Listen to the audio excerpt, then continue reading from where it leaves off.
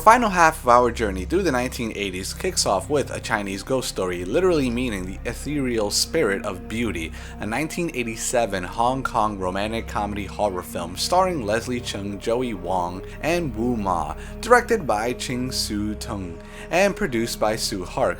The plot was loosely based on a story from Qing Dynasty writer Su Song Ling and strange stories from a Chinese studio, and also inspired by the 1960 Shadow Brothers film The Enchanting Shadow. The film was popular in Hong Kong and several Asian countries including South Korea and Japan when it was released. Most notably, it's boosted the stardom of Joey Wong, won Leslie Cheung's popularity in Japan, and sparked a trend of folklore ghost films in the Hong Kong film industry, including 2 sequels, an animated film, a television series, and a 2011 remake. The following year would give us Tim Burton's breakout film into Hollywood stardom with Beetlejuice, a 1988 American comedy fantasy film directed by Tim Burton, produced by the Geffen Film Company and distributed by Warner Brothers. The plot revolves around a recently deceased young couple who become ghosts haunting their former home, and an obnoxious, devious ghost named Beetlejuice from the netherworld who tries to scare away the new inhabitants permanently. That same year we would see the release of High Spirits, a 1988 fantasy comedy film directed by Neil Jordan and starring Steve Guttenberg, Daryl Hannah, Beverly D'Angelo, Liam Neeson, and Peter O'Toole. Set in a remote Irish castle, High Spirits is a topsy-turvy comedy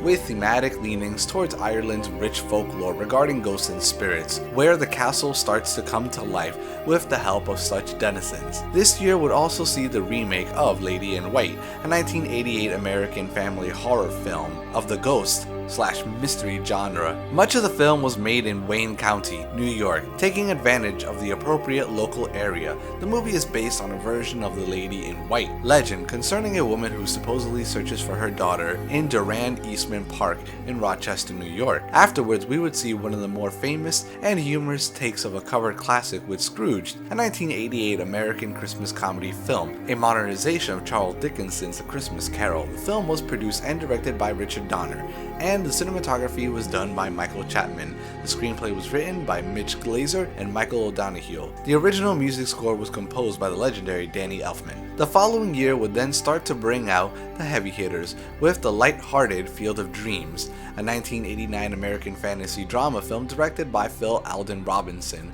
who also wrote the screenplay adapting W.P. Cannell's novel Shoeless Joe. It stars Kevin Costner, Amy Madigan, James Earl Jones, Ray Liotta, and Burt Lancaster in his final film role. The film was nominated for 3 Academy Awards: Best Original Score, Best Adapted Screenplay, and Best Picture. We would then get the very polarizing Ghostbusters 2, a 1989 American supernatural horror film comedy, produced and directed by Ivan Reitman once again. It is a sequel to the 1984 film Ghostbusters and follows the further adventures of the 4 parapsychologists and their organization which combats paranormal activities. We would then end the decade with The Woman in Black, a 1989 British television horror film directed by Herbert Wise and starring Adrian Rawlins, Bernard Hepton, David Dacre, and Pauline Moran. The teleplay is adapted from the 1983 novel of the same name by Suzanne Hill.